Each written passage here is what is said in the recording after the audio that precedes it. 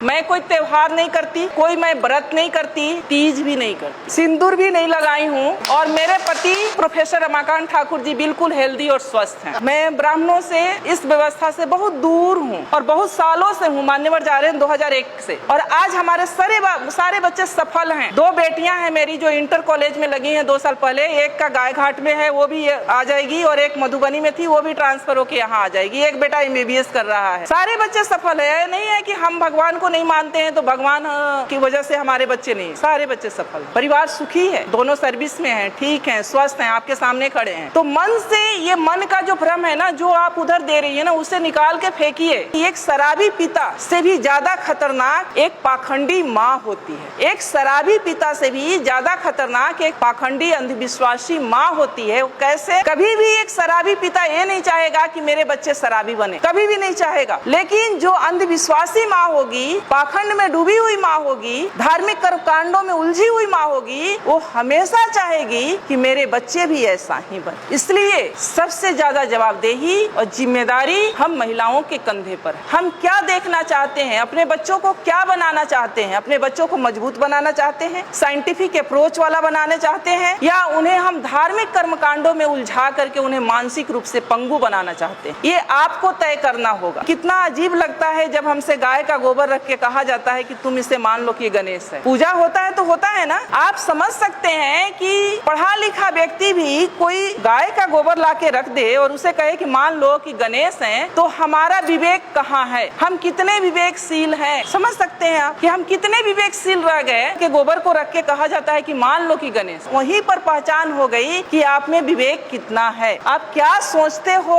और क्या नहीं सोच सकते हो, सोचने की क्षमता आपकी कहाँ तक है। मानसिक टेस्ट, वो पैरामीटर, तो आप उन सब चीजों से निकले। बुद्ध शरण हंस जी लिखे हैं 4 खूंटे जिसमें हम लोग बंधे हुए हैं। उन 4 खूंटों को उखाड़ फेंकना है। पहला है ब्राह्मण पुरोहित। घर बनाते हैं हम, गृह प्रवेश किसके अनुसार होता है? गृह प्रवेश किसके अनुसार होता है? ब्राह्मण के अनुसार। बच्चे पैदा करते हैं हम, नामकरण कौन करता है?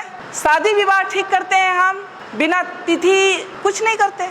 तो वो जानता है, जबकि वो ऐसा है कि वो आपसे हो सकता है कि बिना पढ़ा लिखा ब्राह्मण हो, कुछ नहीं जानता हो, लेकिन वो जैसे नचाएगा आप वैसे नाचेंगे। दूसरा खूंटा है उनके शास्त्र, जो उन्होंने शास्त्र लिखे हैं। वेद है, उपनिषद है, गीता है, महाभारत है, मनुस्मृति है, जिसमें महिलाओं के लिए पता है आप लोगों को क्या लिखा है? महिलाएं एक लता की समान है। लता मतलब समझती हैं, जो ये बेल होती है, बेल, तुरई की बेल होती है, लौकी की बेल होती है, उसके समान है। यानी उसमें कोई दम नहीं होता है, कोई शक्ति नहीं होती है, उसको ऊपर चढ़ने के लिए सहारे की जरूरत होती है। उसी तरह से महिलाओं को माना है कि महिलाएं एक लता के समान है, जिसे बचपन में पिता के अधीन, युवावस्था में पति के अधीन और वृद्धावस्था में पुत्र के अधीन रहना चाहिए। आगे कहता है कि महिलाएं नरक की द्वार हैं। कितनी गालियां दी गई है। तीसरा है उनके त्योहार। मैंने अभी कहा कि त्योहार का मतलब होता है तुम्हारी हार। यानी हम जो भी त्योहार मनाते हैं, अगर उसका सही तरीके से विश्लेषण किया जाए तो हम अपने महापुरुषों के हार का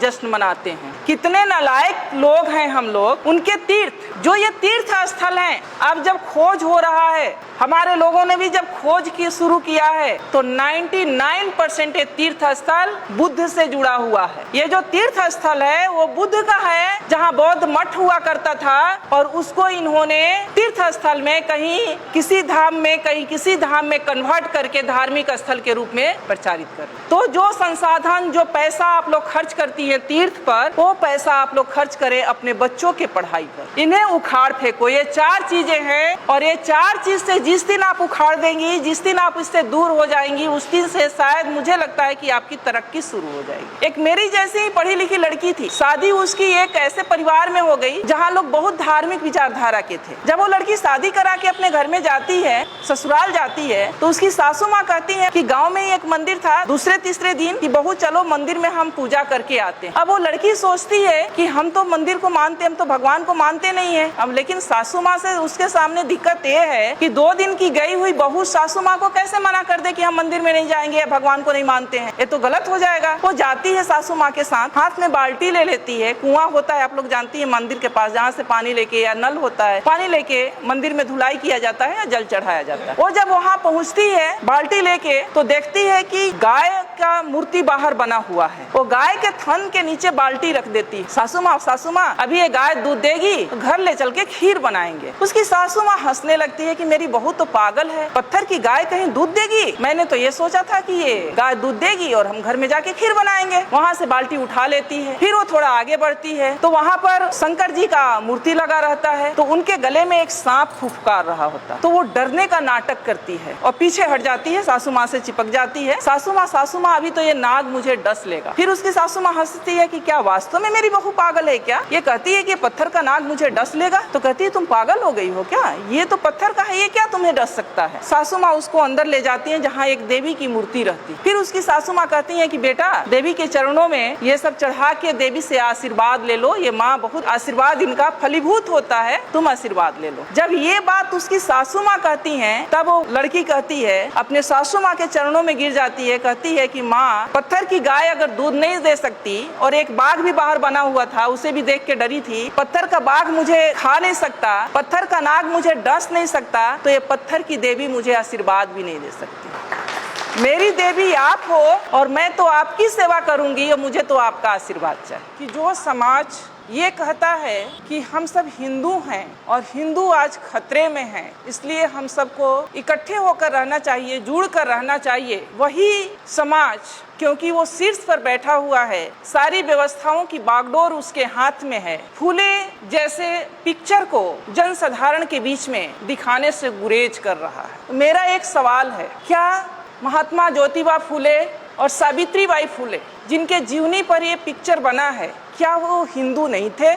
क्या वो हिंदू व्यवस्था को नहीं मानते थे? और अगर वो हिंदू व्यवस्था को मानते थे, हिंदू थे, तो फिर इस पिक्चर को जनसाधारण के बीच दिखाने से गुरेज क्यों? ये एक बहुत बड़ा सवाल है जो सिर्फ मेरे नहीं, जो लोग आज एक झंडे के नीचे एकत्र होने के लिए हिंदुत्व के नाम पर मरे जा रहे हैं, उनको सोचने वाली बात। सावित्रीबाई फूले और ज्योतिबा फूले एक ऐसा नाम है जिन्होंने आपको आज इस स्थिति में बैठने का हक दिया। अगर मैं आज एक प्रोफेसर हूँ तो इसका श्रेय ज्योतिबा फूले और माता सावित्रीबाई फूले को जाता है, क्योंकि अगर वो ये प्रयास नहीं किए होते तो हम महिलाएं ना कोई डॉक्टर बनता, ना इंजीनियर बनता, ना प्रोफेसर बनता। सिर्फ महिलाएं ही नहीं, कोई भी SC ST OBC का व्यक्ति और सभी वर्ग की महिलाएं, मैं कहती हूँ कि महिलाओं का मतलब सिर्फ SC ST OBC की नहीं बल्कि सामान्य वर्ग की भी महिलाएं, सभी वर्ग की महिलाएं आज जो कुछ भी हैं हम लोग, वो हम माता सावित्रीबाई फूले और ज्योतिबा फूले की देन है। रही उनके संघर्ष की बात तो मैं बता दूं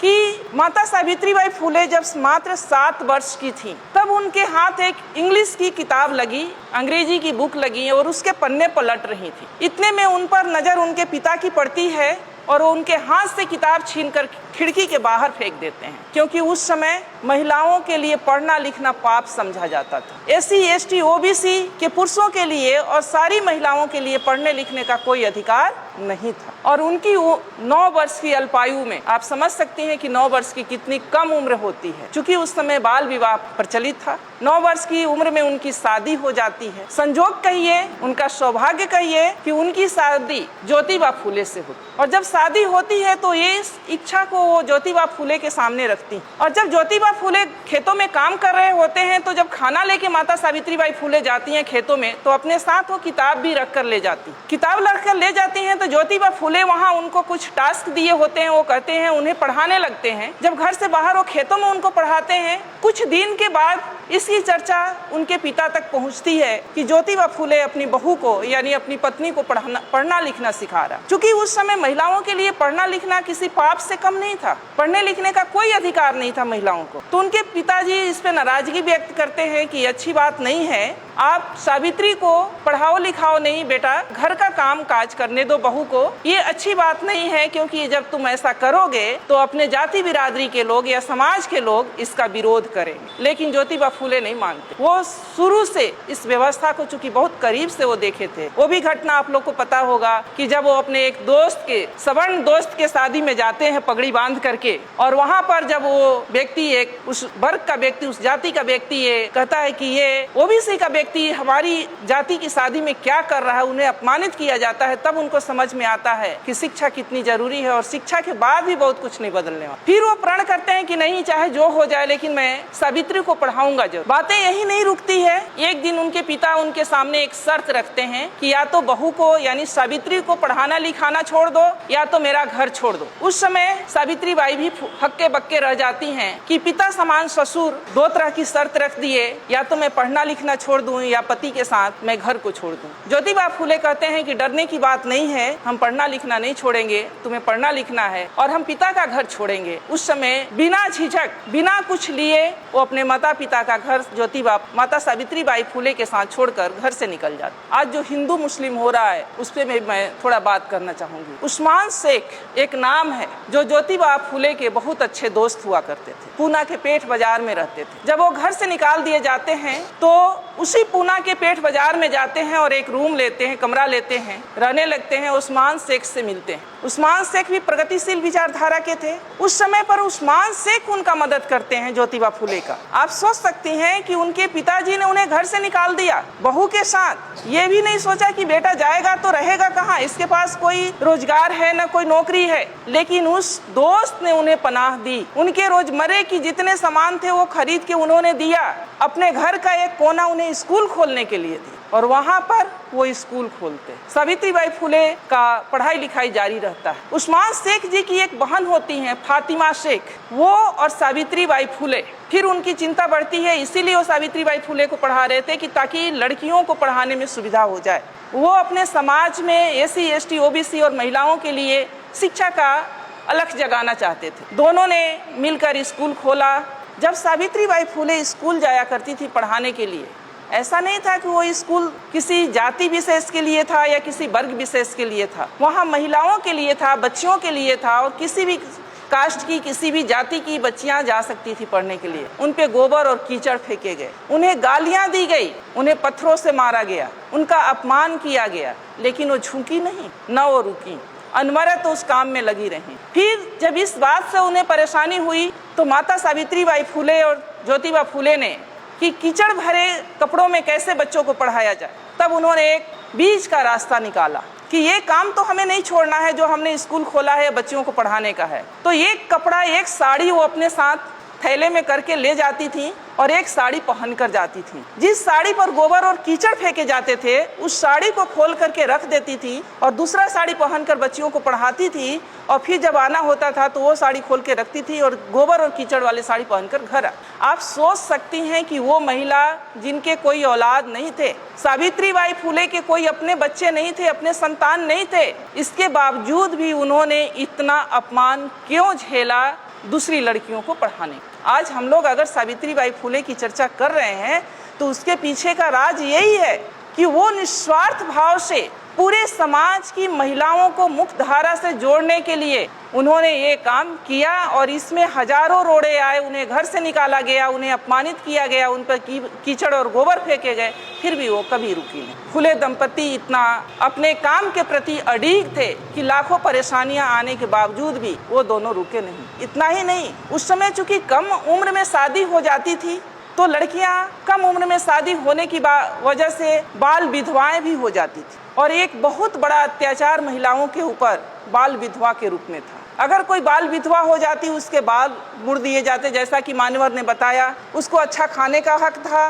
न अच्छा पहनने का अधिकार था, उसे कहीं एक रूम में कोठरी में डाल दिया जाए, यानी उसकी जिंदगी एक नरक के बराबर हो गई थी। उससे माता सावित्री बाई बहुत व्यथित थी। उन्होंने इस बात की भी चर्चा ज्योतिबा फूले से की और उन दोनों ने मिल करके एक बाल विधवा आश्रम खोले, जहाँ जो उपेक्षित बाल विधवाएं हैं या जो वैसी बाल विधवा जो माँ बनने वाली हैं, किसी कारण से और समाज उनको या परिवार उनको स्वीकार नहीं कर रहा है, वो वहाँ आकर अपनी बच्चों को जन्म दे सकती थी। इतना बड़ा काम उन लोगों ने सिर्फ और सिर्फ समाज के लिए किया। और आज हमने जैसा कि कहा कि पढ़ने लिखने का जो अधिकार मिला, अगर ज्योतिबा फुले नहीं होते, सावित्रीबाई फुले नहीं होती, तो छत्रपति साहू जी महाराज नहीं होते, छत्रपति साहू जी महाराज नहीं होते, तो फिर बाबा साहब भी नहीं होते, और बाबा साहब नहीं होते तो ये संविधान नहीं होता, ये संवैधानिक अधिकार नहीं होता, और आज हम यहाँ बोल नहीं रहे होते, आप लोग यहाँ सुन नहीं रहे।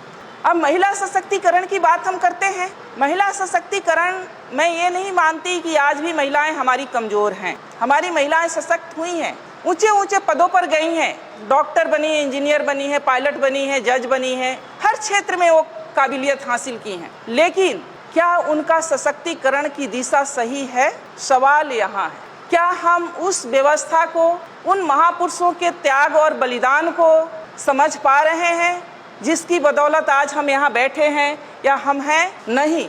हमें निराशा और हताशा होती है कि जिस व्यवस्था ने हम महिलाओं को ह्यूमन बीइंग नहीं समझा, मानव नहीं समझा, जिसने हमें नरक का द्वार कहा, जिसने हमें पतित कहा, जिसने हमें ये कहा कि महिलाओं के घुटने में दिमाग होते हैं, जिसने हमें न जाने कितनी गालियों से अपमानित किया, आज भी हम पढ़ी लिखी महिलाएं भी उसी व्यवस्था को पुष्ट करने में लगे हुए हैं। अपना साधन संसाधन सब वहाँ खर्च करने में लगे हैं। और जिन महापुरुषों ने हमें ये हक दिया मान सम्मान के साथ जीने के लिए, न तो उन्हें हम जानते हैं, न जानने की कोशिश करते हैं, न हम उन्हें पढ़ते हैं, और अगर जानते भी हैं तो उसे मानते नहीं। दिक्कत सबसे बड़ी यहाँ, आज जिस व्यवस्था के तहत हम लोग जी रहे हैं, मान्यवर ने कहा कि दो सिद्धांतों, दो विचारधाराओं की लड़ाई है जो 300 वर्षों से चली आ रही है। बहुत सारे, कबीर जी बिल्कुल पढ़े लिखे नहीं थे, लेकिन उनके इतनी सटीक विश्लेषण है। पाहन पूजे से हरि मिले तो मैं पूजू पहाड़, ताते ये चक्की भली पीस खाए संसार।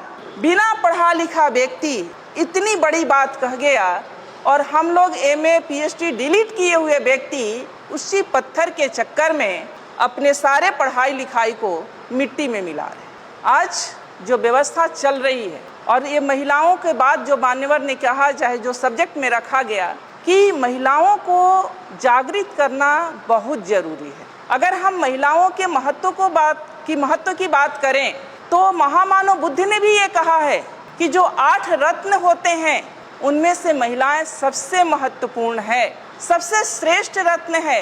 क्योंकि जो चक्रवर्ती सम्राट भी पैदा होता है तो एक माँ के गर्भ से ही पैदा होता है, और उसका पालन पोषण भी माँ ही करती है। इसलिए महिलाएं, जिस समाज की, जिस परिवार की महिलाएं जितनी सशक्त होंगी, जितनी बुद्धिमान होंगी, वो समाज और परिवार उतना ही सशक्त और बुद्धिमान होगा, प्रगतिशील होगा। आज क्या हो रहा है?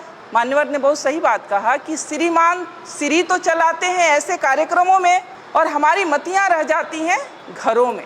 मैं नहीं कहती कि ये सारे दोष महिलाओं का है, ये सारा दोष महिलाओं का सिर्फ नहीं है, महिलाओं से भी ज़्यादा दोष पुरुषों का है, हमारे समाज के पुरुषों का है, जिनको ये भय है कि अगर हम अपनी महिलाओं को भी, हमारी महिलाएं भी अगर जागृत हो गई तो शायद हमारा पुरुषत्व पर ठेस पहुंचेगा।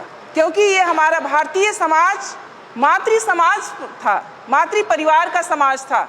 सिंधु घाटी की सभ्यता को उठाकर पढ़ लीजिए, मोहनजोदड़ो की सभ्यता को उठा करके पढ़िए, मातृ सत्तात्मक परिवार हुआ करता था। माँ के नाम से परिवार का नाम होता था, वंश का नाम चलता था। लेकिन उस सभ्यता को, हमारे मूल सभ्यता को, हमारे मूल संस्कृति को मिटा करके ये जो संस्कृति और सभ्यता हम पर थोपी गई है, जिसके हम सब शिकार हैं, और आज हम उसी में आनंदित हो रहे हैं, ये गलत है। पढ़े लिखे होने के नाते हम लोगों को ये जानना बहुत ज़रूरी है कि हमारा दोस्त कौन है, हमारा दुश्मन कौन है, कौन सी मूल संस्कृति हमारी संस्कृति है और कौन सी मूल संस्कृति हमारी संस्कृति नहीं है। ब्राह्मणवादी व्यवस्था जो है, जिस व्यवस्था में आज हम लोग जी रहे हैं, वो व्यवस्था हमें गुलाम बनाने की व्यवस्था है, वो हमारी व्यवस्था नहीं है। अगर वो हमारी व्यवस्था रहती तो उस व्यवस्था में इतना ऊंच नीच नहीं रहता कि एक को पवित्र और दूसरे को अपवित्र समझा जाता। उसमें 6743 जातियां नहीं बनाई जाती, उसमें महिलाओं का इतना अपमान नहीं किया जाता जिसमें ये कहा जाता कि महिलाओं का अपना स्वतंत्र कोई अस्तित्व ही नहीं है। बचपन में वो पिता के अधीन, युवावस्था में पति के अधीन और वृद्धावस्था में पुत्र के अधीन रहने की अधिकारी है, यानी महिलाओं का अपना कोई अस्तित्व नहीं है। और हम महिलाएं उसी व्यवस्था में अपना सारा संसाधन, अपनी सारी एनर्जी खत्म किए जा रहे हैं। तो हमें समझना होगा जिस व्यवस्था के तहत हम लोग जी रहे हैं वो व्यवस्था हमारे लिए नहीं। हमारी व्यवस्था क्या है? जो हमारे महापुरुषों ने दिया है, जो ज्योतिबा फुले ने दिया है, जो सावित्रीबाई फुले ने दिया है, जो रामास्वामी पेरियार ने दिया है, जो बाबा साहब ने संवैधानिक आपको अधिकार दिया है, वो हमारी व्यवस्था है, जिसमें समानता असमानता जैसी कोई बात नहीं है, जिसमें समानता की बात कही जाती है, असमानता जैसी कोई बात नहीं है, बंधुत्व का बात है, भाईचारा की बात है। संवैधानिक अधिकार जो है, संवैधानिक जो विचारधारा है, उसके अकॉर्डिंग हमको व्यवहार करना होगा। हमें हर उस व्यवस्था को नकारना होगा जो असमानता पर आधारित है, जो बंधुत्व और न्याय की बात नहीं करता है। महिलाओं की बात है तो महिलाओं की जैसा कि बात आई, अभी बहुत सारी बातें आई। महिलाएं क्या है, महिलाओं को क्यों इतना गुलाम बनाया गया, महिलाएं क्यों इतना सॉफ्ट टारगेट हो जाती हैं, महिलाओं को क्यों अपने कलच में लोग ले लेता है, इसके पीछे का भी रीजन है। अब पढ़ी लिखी महिलाएं हैं तो बाहर निकलने लगी, लेकिन जब पढ़ी लिखी महिलाएं नहीं थी तो पुरुष अपने साथ उनको कहीं भी लेके जाते नहीं थे। वो घर में रहती हैं, वो संवेदनशील भी होती हैं। अगर कोई उनसे ये कह दे कि तुम्हारे परिवार पर, तुम्हारे पति पर या तुम्हारे बेटे पर इस तरह का ग्रह गोचर है और ये करोगी तो ठीक हो जाएगा, तो वो अपना सब कुछ न्यौछावर करने के लिए तैयार हो जाती है।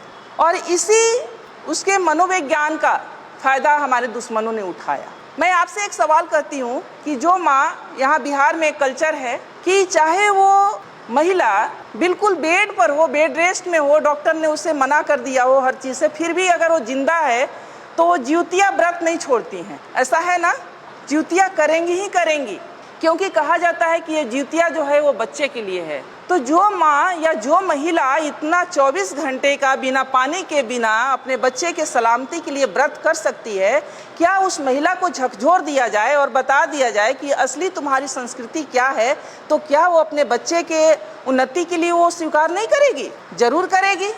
तो दोष हमारी महिलाओं में सिर्फ नहीं है, दोष हमारे पुरुषों में भी है कि जो हमारे पुरुष खुद ब्राह्मणी व्यवस्था के गुलाम हैं, वो अपनी महिलाओं को अपना गुलाम बना के रखना चाहते हैं। तो हमारी महिलाएं दोहरी शिकार हो रही हैं। तो पहले पुरुषों को भी तैयार होना होगा, पहले हमारे समाज के पुरुषों को मानसिक रूप से तैयार होना पड़ेगा और अपने महापुरुषों की विचारधारा को अपने घरों तक ले जाना पड़ेगा। और अगर वो वहाँ पर कई बार होता है कि महिलाएं हमारी बहुत जल्दी नहीं समझ पाती, क्योंकि उन्होंने जो बचपन से देखा है, अपने माँ के आंचल में जो देखा है कि माँ हमारी व्रत करती थी, त्योहार करती थी, पूजा पाठ करती थी, और अचानक आप उनसे कहें कि आपको कोई व्यवहार पर्व नहीं करना है, तीज त्योहार नहीं करना है, तो वो नहीं मानेंगी। तो आपको उनको ऐसे प्रबोधनों में जहाँ इस तरह के वैचारिक प्रबोधन होते हैं वहाँ लेकर जाना चाहिए।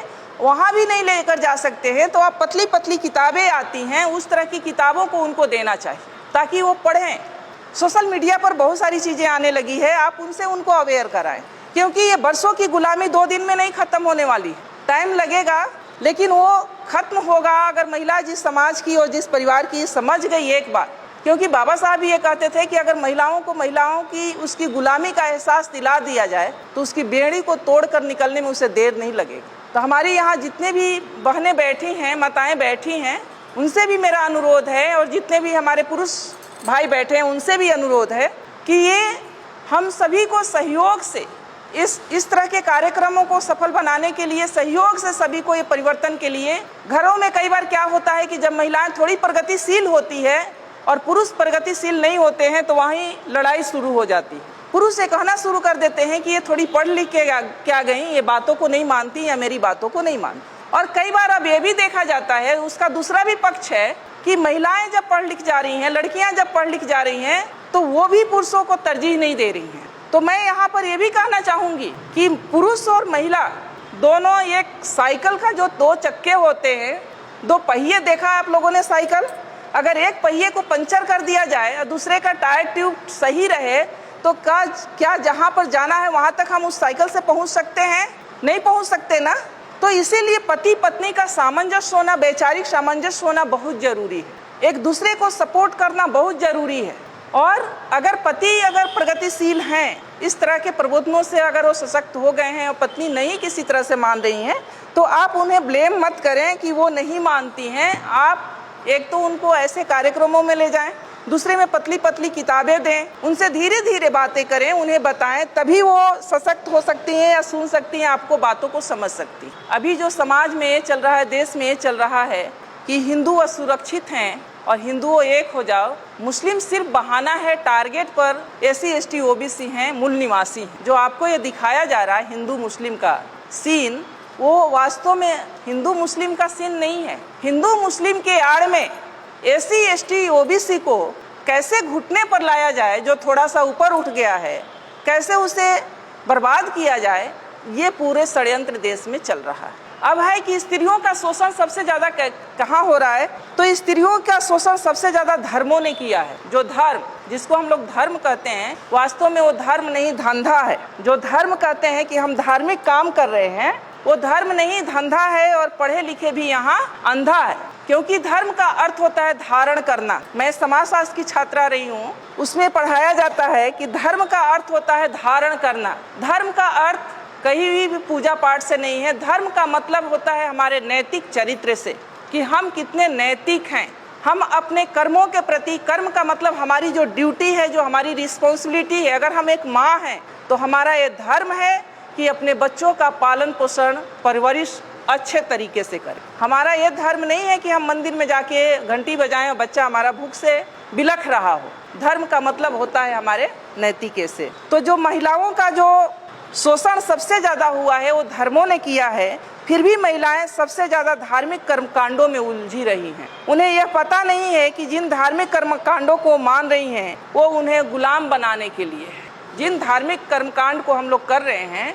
वो कुछ और नहीं है। जैसा उमा शंकर जी ने कहा कि महिलाओं के लिए व्रत त्यौहार इसलिए रखा गया कि जब वो माँ बनने वाली रहे और उपवास करे तो जो बच्चों को पौष्टिक आहार मिलना चाहिए वो न मिले और बच्चा जो है वो किसी तरह से माने हष्ट पुष्ट न हो। तो महिलाओं का इसीलिए किया गया कि महिलाएं किसी भी समाज की रीढ़ होती हैं, किसी परिवार की रीढ़ होती हैं। जिस परिवार की महिला पढ़ी लिखी होगी, मजबूत होगी, फिजिकली या मेंटली मजबूत होगी जिस परिवार के, उस परिवार के बच्चे भी मेंटली और फिजिकली मजबूत होंगे। जो महिलाएं देखती होंगी आप कि जो माँ बीमार सी है उसके बच्चे भी बहुत हष्ट पुष्ट नहीं होते। तो ये साइंटिफिक भी है। और हमारी महिलाएं ऐसी नहीं थी, जो आज की महिलाएं हमारी ऐसी नहीं थी। हमारी महिलाएं जो थी उनके नाम से परिवार का नाम चलता था और उन्हें बड़े साजिश के तहत उन्हें गुलाम बनाया गया। पहले तो उन्हें ये सब जेवर पहना करके गुलाम बनाया गया और जब इससे भी लगा कि वो नहीं गुलाम रहेंगी तो फिर उन्हें मानसिक कर्मकांडों में उलझा करके गुलाम बनाया गया। तो मैं तो इतना रिक्वेस्ट करूंगी कि ये जो कर्मकांड हैं, ये जो धर्म हैं, व्रत हैं, त्योहार हैं, ये आपके गुलामी के प्रतीक हैं। जो त्योहार हैं वो आपके, त्योहार के मतलब होता है तुम्हारी हार। यानी ये सब हम लोग जो त्योहार मनाते हैं वास्तव में हिंदू पर्व त्योहार, वो हम अपने ही पूर्वजों की हार का जश्न मनाते हैं। हम लोग अपने ही पूर्वजों के हार का जश्न मनाते हैं। और कहा गया है कि एक शराबी पिता से भी ज़्यादा खतरनाक एक पाखंडी माँ होती है। एक शराबी पिता से भी ज़्यादा खतरनाक एक पाखंडी अंधविश्वासी माँ होती है। कैसे? कभी भी एक शराबी पिता ये नहीं चाहेगा कि मेरे बच्चे शराबी बने, कभी भी नहीं चाहेगा। लेकिन जो अंधविश्वासी माँ होगी, पाखंड में डूबी हुई माँ होगी, धार्मिक कर्मकांडों में उलझी हुई माँ होगी, वो हमेशा चाहेगी कि मेरे बच्चे भी ऐसा ही बने। इसलिए सबसे ज़्यादा जवाबदेही और जिम्मेदारी हम महिलाओं के कंधे पर है। हम क्या देखना चाहते हैं, अपने बच्चों को क्या बनाना चाहते हैं? अपने बच्चों को मजबूत बनाना चाहते हैं, साइंटिफिक अप्रोच वाला बनाना चाहते हैं, या उन्हें हम धार्मिक कर्मकांडों में उलझा करके उन्हें मानसिक रूप से पंगु बनाना चाहते हैं? ये आपको तय करना होगा। अगर कोई भी माँ, मैं उदाहरण, कोई भी माँ अगर चाह ले कि मुझे अपने बच्चे को ऐसा बनाना है, तो मैं चाहती हूँ कि दुनिया की कोई भी ताकत उसे रोक नहीं सकती। अगर जो माँ अगर ठान ले कि मुझे अपने बच्चे को कैसा बनाना है, अगर चाह ले कि मुझे अपने बच्चे को एक सफल, सशक्त, मजबूत बनाना है मानसिकता वाला, तो कोई भी दुनिया की ताकत उसको डिगा नहीं सकती। लेकिन कैसे वो बच्चा बनेगा? जब माँ ही उलझी रहेगी, माँ को देखेगा कि माँ हमारी मंदिर में घंटी बजा रही है, तो बच्चा अपने पर कैसे विश्वास, बच्चे को भी यही विश्वास होगा कि जब तक ये भगवान जी नहीं चाहेंगे हम कुछ नहीं बनेंगे। मैं ये नहीं कहती हूँ कि आप लोग एकदम पूजा पाठ को छोड़ दीजिए, लेकिन मैं एक छोटी सी कहानी आप लोग के सामने कहूँगी। एक मेरी जैसी ही पढ़ी लिखी लड़की थी, शादी उसकी एक ऐसे परिवार में हो गई जहाँ लोग बहुत धार्मिक विचारधारा के थे। जब वो लड़की शादी करा के अपने घर में जाती है, ससुराल जाती है, तो उसकी सासू माँ कहती हैं, वैसे भी अमूमन होता है कि गांव में ही एक मंदिर था, दूसरे तीसरे दिन कि बहू चलो मंदिर में हम पूजा करके आते हैं। अब वो लड़की सोचती है कि हम तो मंदिर को मानते, हम तो भगवान को मानते नहीं है। अब लेकिन सासू माँ से उसके सामने दिक्कत ये है कि 2 दिन की गई हुई बहू सासू माँ को कैसे मना कर दे कि हम मंदिर में नहीं जाएंगे, भगवान को नहीं मानते हैं, ये तो गलत हो जाएगा। वो जाती है सासू माँ के साथ, हाथ में बाल्टी ले लेती है, कुआं होता है आप लोग जानती है मंदिर के पास, जहाँ से पानी लेके या नल होता है, पानी लेके मंदिर में धुलाई किया जाता है या जल चढ़ाया जाता है। वो जब वहाँ पहुँचती है बाल्टी लेके तो देखती है कि गाय का मूर्ति बाहर बना हुआ है। वो गाय के थन के नीचे बाल्टी रख देती है। सासू माँ अभी ये गाय दूध देगी तो घर ले चल के खीर बनाएंगे। उसकी सासू माँ हंसने लगती है कि मेरी बहू तो पागल है, ये पत्थर की गाय कहीं दूध देगी। बोली अरे मैंने तो ये सोचा था कि ये गाय दूध देगी और हम घर में जाके खीर बनाएंगे। वहाँ से बाल्टी उठा लेती है। फिर वो थोड़ा आगे बढ़ती है तो वहाँ पर जो शंकर जी का मूर्ति लगा रहता है तो उनके गले में एक सांप फुफकार रहा होता है। तो वो डरने का नाटक करती है और पीछे हट जाती है, सासू माँ से चिपक जाती है। सासू माँ अभी तो ये नाग मुझे डस लेगा। फिर उसकी सासू माँ हंसती है कि क्या वास्तव में मेरी बहू पागल है क्या? ये कहती है कि पत्थर का नाग मुझे डस लेगा। तो कहती है तुम पागल हो गई हो क्या? ये तो पत्थर का है, ये क्या तुम्हें डस सकता है? तो बोली अच्छा नहीं डसेगा तो नहीं। तो लड़की समझती है दिमाग से कि अब मैं सही रास्ते पर हूँ, अब सासू माँ को समझाना थोड़ा आसान हो जाएगा। फिर उसके बाद सासू माँ उसको अंदर ले जाती हैं जहाँ एक देवी की मूर्ति रहती। फिर उसकी सासू माँ कहती हैं कि बेटा देवी के चरणों में ये सब चढ़ा के देवी से आशीर्वाद ले लो, ये माँ बहुत जो है आशीर्वाद इनका फलीभूत होता है, तुम आशीर्वाद ले लो। जब ये बात उसकी सासू माँ कहती हैं तब वो लड़की कहती है, अपने सासू माँ के चरणों में गिर जाती है, कहती है कि माँ अगर गाय का, पत्थर की गाय अगर दूध नहीं दे सकती और एक बाघ भी बाहर बना हुआ था उसे भी देख के डरी थी, पत्थर का बाघ मुझे काट नहीं खा नहीं सकता, पत्थर का नाग मुझे डस नहीं सकता, तो ये पत्थर की देवी मुझे आशीर्वाद भी नहीं दे सकती। मेरी देवी आप हो, मेरी देवी आप हो और मैं तो आपकी सेवा करूंगी और मुझे तो आपका आशीर्वाद चाहिए। आज समाज में क्या हो रहा है, मैं महिलाओं को थोड़ा आईना दिखाना चाहूँगी। आज समाज में क्या हो रहा है, हम बहुत धार्मिक बन रहे हैं, हम खूब पर्व त्यौहार कर रहे हैं, तीज त्यौहार कर रहे हैं, मंदिरों में जा रहे हैं, तीर्थ स्थानों पर जा रहे हैं और घर में हमारे बुजुर्ग को हम पूछ भी नहीं रहे हैं कि आप खाना खाएंगे या नहीं। वो हमें बोझ लग रहे हैं। हमारे वृद्ध हैं, हमारे बुजुर्ग वृद्धाश्रम में जा रहे हैं। तो ये कैसा धर्म है? धर्म ही करना है तो मानवता का धर्म करें, आप अपने बुजुर्गों का सम्मान दें। धर्म ही करना है तो अपने पति का साथ दें। धर्म ही करना है तो अपने बच्चों को सद्मार्ग दिखाएं, उनको अपना समय दें, उनको सही रास्ते पर ले जाएं, उनको जीवन में सफल बनाएं, उनमें वैज्ञानिक सोच भरें, साइंटिफिक सोच भरें उनमें। धर्म ये है, धर्म ये नहीं कहता कि आप जा करके, अगर यही धर्म होता तो हमारे महापुरुष भी यही धर्म किए होते। बाबा साहब लास्ट में जा करके उन्होंने कहा कि ये धर्म रहने के लायक नहीं है और उन्होंने लास्ट में जाके बौद्ध धर्म को स्वीकार किया। वो कहते हैं कि जो धर्म एक कुत्ता बिल्ली को गोद में पालता हो, घर में जाने का अधिकार देता हो और एक व्यक्ति को अछूत मान के उसे छूने पर भी छूना भी नहीं चाहता हो, वो धर्म नहीं हो सकता। तो हम लोग को साइंटिफिक विचार अपने में लाना होगा, तभी हम अपने महापुरुषों की बात कर सकेंगे, उनकी विचारधारा को अपना सकेंगे और उनके विचारों पर चल सकेंगे। एक बार मेरी बहस हो गई थी सोशल मीडिया पर कि मुझसे पूछा गया, कुछ बातें थी, मैंने उस पर कटाक्ष की कि कितना अजीब लगता है जब हमसे गाय का गोबर रख के कहा जाता है कि तुम इसे मान लो कि गणेश है। होता है ना, पूजा होता है तो होता है ना। आप समझ सकते हैं कि पढ़ा लिखा व्यक्ति भी कोई गाय का गोबर ला के रख दे और उसे कहे कि मान लो कि गणेश हैं, तो हमारा विवेक कहाँ है? हम कितने विवेकशील हैं? समझ सकते हैं आप कि हम कितने विवेकशील रह गए कि गाय को भी रख करके, गोबर को रख के कहा जाता है कि मान लो कि गणेश है। यानी आप वहीं पर पहचान हो गई कि आप में विवेक कितना है, आप क्या सोचते हो और क्या नहीं सोच सकते हो, सोचने की क्षमता आपकी कहाँ तक है। मानसिक टेस्ट, वो पैरामीटर, तो आप उन सब चीज़ों से निकलें। मेरा बस एक ही रिक्वेस्ट है कि उन 3-4 चीज़ करें। 4 खूंटे की बात कही गई है, IAS एक शायद मेरे पास है वो किताब, 4 खूंटे, बुद्ध शरण हंस IAS हैं।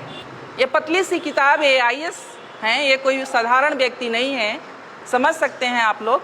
बुद्ध शरण हंस जी लिखे हैं 4 खूंटे, जिसमें हम लोग बंधे हुए हैं। उन 4 खूंटों को उखाड़ फेंकना है। अगर वास्तव में अपने महापुरुषों के प्रति थोड़ी सी भी हम लोगों की अंदर श्रद्धा है तो करना पड़ेगा, तभी हम, क्योंकि जब तक हमारे इस मन मस्तिष्क में कुछ लिखा हुआ है, जब ब्लैक बोर्ड देख रहे हैं, जब तक ब्लैक बोर्ड पर लिखा हुआ है, दूसरी चीज तब तक नहीं लिखी जा सकती जब तक कि उसको साफ न किया जाए। बिना साफ किए दूसरी चीज नहीं लिखी जा सकती। तो ये जो 4 खूंटे हैं उससे आपको उखाड़ना होगा। पहला है ब्राह्मण पुरोहित। घर बनाते हैं हम, गृह प्रवेश किसके अनुसार होता है? गृह प्रवेश किसके अनुसार होता है? ब्राह्मण के अनुसार। बच्चे पैदा करते हैं हम, नामकरण कौन करता है? शादी विवाह ठीक करते हैं हम, बिना तिथि कुछ नहीं करते। तो वो जानता है, जबकि वो ऐसा है कि वो आपसे हो सकता है कि बिना पढ़ा लिखा ब्राह्मण हो, कुछ नहीं जानता हो, लेकिन वो जैसे नचाएगा आप वैसे नाचेंगे। तो सबसे पहले तो इसको छोड़िए, पहला खूंटा। दूसरा खूंटा है उनके शास्त्र, जो उन्होंने शास्त्र लिखे हैं, वेद है, उपनिषद है, गीता है, महाभारत है, मनुस्मृति है। मैं तो कहती हूँ कि उनके वेदों को भी आपको पढ़ना चाहिए। शायद आप उनके वेदों को पढ़ लें, मनुस्मृति को पढ़ लें तो शायद कल्याण हो जाए। जिसमें महिलाओं के लिए पता है आप लोग को क्या लिखा है? महिलाएं एक लता की समान है। लता मतलब समझती हैं, जो ये बेल होती है, बेल, तुरई की बेल होती है, लौकी की बेल होती है, उसके समान है। यानी उसमें कोई दम नहीं होता है, कोई शक्ति नहीं होती है, उसको ऊपर चढ़ने के लिए सहारे की जरूरत होती है। उसी तरह से महिलाओं को माना है कि महिलाएं एक लता के समान है, जिसे बचपन में पिता के अधीन, युवावस्था में पति के अधीन और वृद्धावस्था में पुत्र के अधीन रहना चाहिए। आगे कहता है कि महिलाएं नरक की द्वार हैं। कितनी गालियां दी गई है। तीसरा है उनके त्योहार। मैंने अभी कहा कि त्योहार का मतलब होता है तुम्हारी हार। यानी हम जो भी त्योहार मनाते हैं, अगर उसका सही तरीके से विश्लेषण किया जाए तो हम अपने महापुरुषों के हार का जश्न मनाते हैं। कितने नालायक लोग हैं हम लोग, कितने नालायक लोग हैं हम लोग, जो हम अपने ही पूर्वजों के अपमान, जो उनका अपमान हुआ। देखिए मनुस्मृति, देखिए आ गया ब्राह्मणों का संविधान, जिससे आजकल चल रहे हैं हम सब, अभी भी चल रहे हैं। संविधान लागू होने के 75 साल बाद भी हमारा व्यवहार विचार सब इससे चल रहा है, संविधान से नहीं चल रहा है। क्योंकि अगर संविधान से चल रहा होता तो समता, समानता, बंधुत्व और न्याय की बात हो रही होती। तो दूसरा है कि उनके शास्त्र का से अपना नाता तोड़ लीजिए। उनके त्योहार, उनके तीर्थ, जो ये तीर्थ स्थल हैं, अब जब खोज हो रहा है, हमारे लोगों ने भी जब खोज की शुरू किया है, तो 99% ये तीर्थ स्थल बुद्ध से जुड़ा हुआ है। ये जो तीर्थ स्थल है वो बुद्ध का है, जहाँ बौद्ध मठ हुआ करता था, और उसको इन्होंने तीर्थ स्थल में कहीं किसी धाम में, कहीं किसी धाम में कन्वर्ट करके धार्मिक स्थल के रूप में प्रचारित कर दिया। तो जो संसाधन, जो पैसा आप लोग खर्च करती हैं तीर्थ पर, वो पैसा आप लोग खर्च करें अपने बच्चों के पढ़ाई पर। मेरा कहना है कि बच्चों के पढ़ाई पर इन्हें उखाड़ फेंको। ये 4 चीजें हैं, और ये 4 चीज से जिस दिन आप उखाड़ देंगी, जिस दिन आप इससे दूर हो जाएंगी, उस दिन से शायद मुझे लगता है कि आपकी तरक्की शुरू हो जाएगी। और इसके लिए बहुत जरूरी है कि हम मानसिक रूप से बहुत मजबूत बने, तर्कशील बने। ये करना इतना आसान नहीं है। मैं आज आपके सामने खड़ी हूँ तो मुझ में कुछ परिवर्तन आप लोग को दिख रहा होगा, शायद नहीं भी दिख रहा होगा। तो कुछ चीजें मैं नहीं मानती, मैं कोई त्योहार नहीं करती, कोई मैं व्रत नहीं करती, इवन यहाँ तक कि जिउतिया भी नहीं करती, तीज भी नहीं करती, सिंदूर भी नहीं लगाई हूँ। और मेरे पति प्रोफेसर रमाकांत ठाकुर जी बिल्कुल हेल्दी और स्वस्थ हैं। मैं ब्राह्मणों से, इस व्यवस्था से बहुत दूर हूँ और बहुत सालों से हूँ। मान्यवर जा रहे हैं 2001 से, और आज हमारे सारे बच्चे सफल हैं, सारे बच्चे सफल हैं। इसी मुजफ्फरपुर में 2 बेटियां हैं मेरी जो इंटर कॉलेज में लगी हैं 2 साल पहले। एक का गायघाट में है, वो भी आ जाएगी, और एक मधुबनी में थी, वो भी ट्रांसफर होके यहाँ आ जाएगी। एक बेटा MBBS कर रहा है। सारे बच्चे सफल है। नहीं है कि हम भगवान को नहीं मानते हैं तो भगवान की वजह से हमारे बच्चे नहीं, सारे बच्चे सफल हैं। परिवार सुखी है, दोनों सर्विस में हैं, ठीक हैं, स्वस्थ हैं, आपके सामने खड़े हैं। तो मन से, ये मन का जो भ्रम है ना, जो आप उधर दे रही है ना, उसे निकाल के फेंकिए और आप समझिए कि ये घर मेरा मंदिर है, परिवार ही मेरे देवता हैं।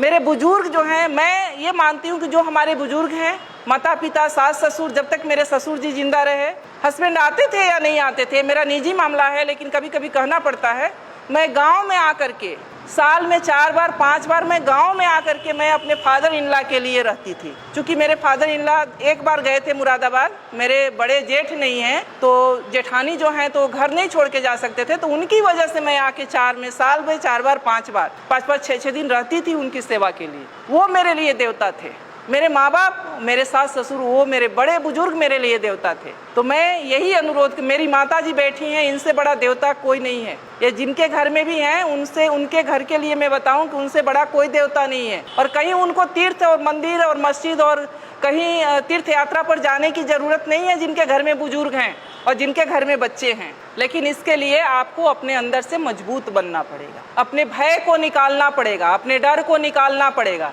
अगर सावित्रीबाई फूले भी हमें लोग के जैसा अगर उसी व्यवस्था में उलझी हुई होती, पेशवाओं का राज था उस समय, आप सोच सकती हैं कि कितना शक्ति थी, तो आज यहाँ उनका बैनर लगाकर और फोटो लगाकर हम लोग चर्चा नहीं कर रहे होते। तो उसको पढ़िए, उसको समझिए, उसको जानिए और आपके जो संसाधन हैं, जो पैसे हैं, जो समय है, उसको बचाइए अपने परिवार पर, अपने समाज पर और इस तरह के कार्यक्रमों में खर्च कीजिए। जो आप उधर खर्च करें इस तरह के कार्यक्रम में खर्च कीजिए, लोगों को इकट्ठा कीजिए, उनमें ये जागृति फैलाइए, ये विचार फैलाइए, तो शायद इससे ही हमारे समाज का कल्याण होना है।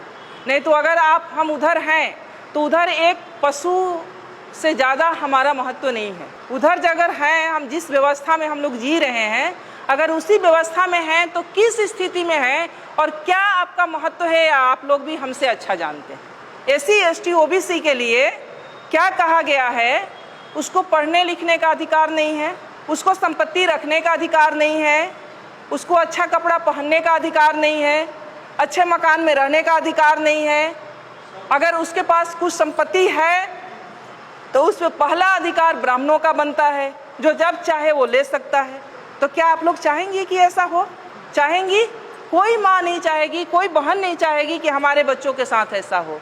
हर माँ, हर बहन यही चाहेगी कि हमारे जो बच्चे हों वो स्वतंत्रता के साथ, आज़ादी के साथ एक सशक्त मानव के रूप में ज़िंदगी जिए।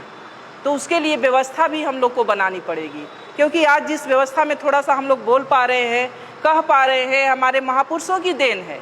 और उनकी जो रोपे हुए पौधे का जो फल हम लोग खा रहे हैं, तो हम लोग की भी ये ड्यूटी बनती है कि अपने आने वाली पीढ़ी के लिए हम लोग भी एक रास्ता बना के जाएं, ताकि आने वाली पीढ़ी हमारे स्वाभिमान के साथ जी सके, एक मान सम्मान के साथ जी सके। मेरा जो जीवन का अनुभव है मैं आपको बता सकती हूँ कि मैंने ऐसा नहीं है कि मैं शुरू में नहीं करती थी, मैंने 1-2 साल किया था। फिर मैं जहाँ पर रहती हूँ मैंने देखा कि जब मेरे घर से फ़ोन जाता था कि ज्योतिया है या तीज है, चूँकि मैं सर्विस में हूँ तो मुझे भी उतना आभास नहीं होता था, छुट्टी नहीं होती वहाँ उतनी। तो मैंने कहा कि वहाँ के लोग नहीं करते, कोई नहीं जानता ये ज्योतिया क्या होता है, ये तीज क्या होता है, वो दूसरे महीने में। तो मैंने अपने दिमाग में ये सोचा कि ऐसा कैसे हो सकता है कि बिहार की माँ के लिए बच्चे अपने इतने प्रिय हैं और यहाँ की माँओं के लिए बच्चे नहीं प्रिय हैं। ये तो पूरे इंडिया में एक दिन होना चाहिए, ये तो बड़ा घालमेल है। फिर मैंने 1-2 साल मेरे तर्क चला, फिर मैंने छोड़ दिया। हमने कहा ये सब कुछ नहीं है, मन का भ्रम है और मन के भ्रम के अंतर्गत ये सब कुछ हम लोग कर रहे हैं। तो ये सब एक तरह से हमारे मन का भ्रम ही है और उस भ्रम में हम लोग पड़े हुए हैं। और जब तक हम लोग उस भ्रम से निकलेंगे नहीं, तब तक हम अपना सांस्कृतिक जो हमारी अपना कल्चर है उसको अपना नहीं पाएंगे। तो इसलिए मेरा एक अनुरोध यही है कि आप लोग अपने महापुरुषों को पढ़ें, उन्हें सुने, उन्हें समझें, उन्हें जानें और उनके बताए हुए मार्ग पर चलने का प्रयास करें, ताकि हमारी आने वाली जो पीढ़ी है उससे भी एक अच्छा माहौल, एक अच्छा समाज और अपने महापुरुषों से जो मिली हुई आज़ादी है उसका उपभोग करने का अवसर मिले।